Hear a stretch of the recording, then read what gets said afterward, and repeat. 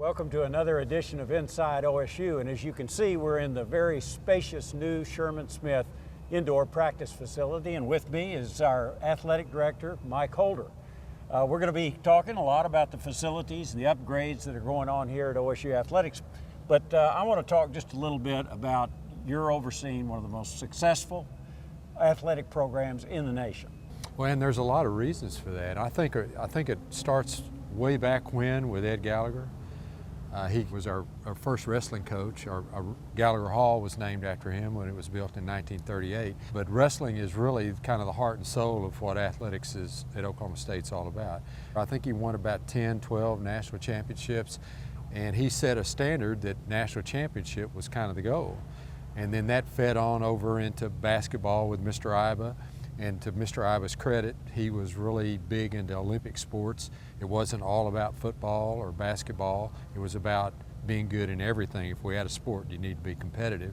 So with that foundation, we've now accumulated 51 national championships. Tell us a little bit about Sherman Smith. The connection there, Jerry Walsh was in the mud business, so he sold drilling mud when you drill an oil well. Right. Sherman Smith was in the drilling business. And Boone Pickens had an oil company, and all three of them collaborated. Best friends, business associates. I think Sherman drilled just about every well that Boone had drilled for his company, Mesa Petroleum, and Jerry sold all the drilling mud. So Sherman, ironically, Sherman and Boone were in SAE fraternity. So they've been friends for a long time, seems like forever. And you know, I'm so proud of what they've done for us, what they've allowed us to achieve, but it's fitting that on our campus, two of the major structures, this indoor facility and the football stadium right across the street, have those two names on them. Talk a little bit about this indoor practice training facility. What does it do for OSU athletics? You know, really for thunderstorms primarily, when the lightning comes in, you have to abort practice unless you have an indoor. And Coach Gundy thought he'd probably only use this 5 or 6 times a year. Well, he's found out he uses it every day. They stretch in here. They do a lot of things in this indoor. But the reason it's called a training center is because it has implications for all of our programs. Baseball's been in here, soccer's been in here. I think eventually every single athletic program we have will use it either for a practice or at least a training session, hence the name Training Center. So it's going to pay dividends across the board for all of our athletic teams. Talk a little bit about the upgrades that have happened here on in the athletic village as well as generally. The first piece of the athletic village puzzle has been this Sherman Smith Training Center. And then across the street, across McElroy, we've got a brand new track, which will really, really help our track program. You know, we won 3 cross-country national championships, but we haven't been very competitive in track. Got a great coach.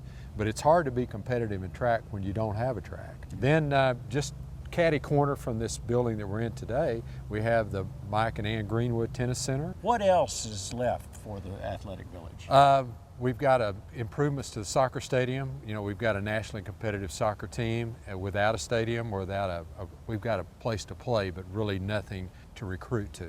So we're going to change that dynamic through the generosity of Neil Patterson and Malone Mitchell. Then in addition to this, we're going to do an Equestrian Center out at the side of the old swine barn on Highway 51. And then kind of the last piece of the athletic village puzzle will be baseball.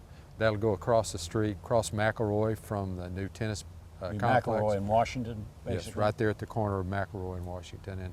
And we've just about finished the plans. We just need a lead gift. Also, Gallagher has been improved. Yes, we spent about $45 million on that back in 2000. We spent $285 million in our football stadium. So add it all up, it's north of $400 million. And to put it in perspective for everyone, between 1970 and 2000, we spent a grand total of $10 million on athletic improvements in facilities. So that's 30 years. From 2000 to 2010, we spent $400 million. Well, thanks, Mike. You're doing a great job. We really appreciate you.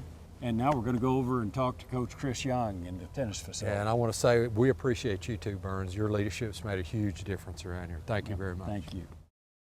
Here we are in the beautiful Michael and Ann Greenwood Tennis Center. And with me is Chris Young, who's our head tennis coach and has been here about 5 years. And this is really something, Chris. It's amazing.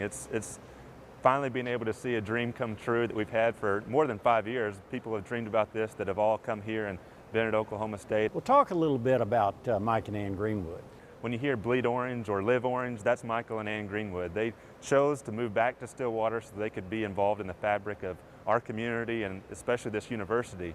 They love supporting different organizations and groups on campus that maybe often get overlooked. So from the library to the band to the tennis team, they've really been great supporters. And obviously an adventure like this couldn't happen without their great support. Well, I see we've got 6 courts here. Right. And then how many are going to be outdoors? We're going to have 12 outdoor courts with grandstand seating all around that for 2,500 people. There's 6 indoor courts with 500 spectators that we can put in either in chair back seating or high top tables that are going to be above it. So there's going to be a lot of great amenities here in the facility. How does this compare with the other schools in the Big 12? I think in the Big 12 and even in the country, this puts us on a level with the best that there is. We hope that we're going to host the Big 12 conference tournament soon. We're going to be hosting the ITA Central Region Championships in the fall of 2014, and our dream is to host an NCAA championship soon. Fantastic. Well, let's look around, see some of that, see the locker rooms over there. Okay, Would great. you show us around? Yes, sir. Okay. This is the women's locker room. It's not completed, obviously. Right, and right here we're going to have the area, just a lounge area. We're going to have a TV. There's a dry erase board here on the wall so we can write messages to them, or as we're watching video, we can be able to write messages there. We're going to be able to have a lounge area with couches and other things that will make them be able to just... Big TV. Big TV to enjoy everything. Right here we're going to have a couple tables for them to be able to come. We can have pregame meals here. We can have different times for them to study. Over here is our kitchen area that they'll be able to have things that they can put. This reminds me of Gallagher, by the way. But this right here are the locker rooms. We tried to make everything kind of flow together and be congruent with other locker room areas. And if you see the locker room here, you can see a lot of similarities to what the men's and women's basketball has. And I think that's the best thing for me about this facility, is being able to allow our kids to be on the same level as some of their other peers are getting to be able to experience. There's 12 lockers here on both the men's and women's sides. So where does this head? And this right here leads you to either the outdoor courts or to the athletic training facility, which we'll look at next.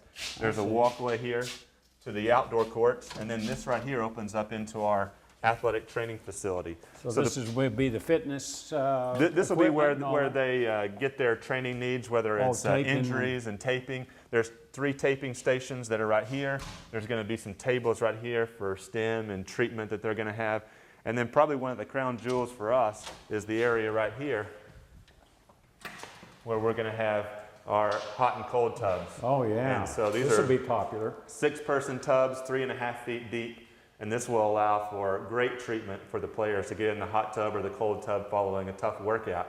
Well, Coach Young, thanks a lot for the tour. This is really so impressive, and I really appreciate Mike and Ann Greenwood's gift. Yeah, without them it wouldn't be possible, and we're just so excited to show it off. Well, that's fantastic. I know a lot of people have been wondering what all is going on around the athletic village and our athletic facilities, and so we've had a good look at that for this edition of Inside OSU. So we appreciate you watching, and we'll see you next time.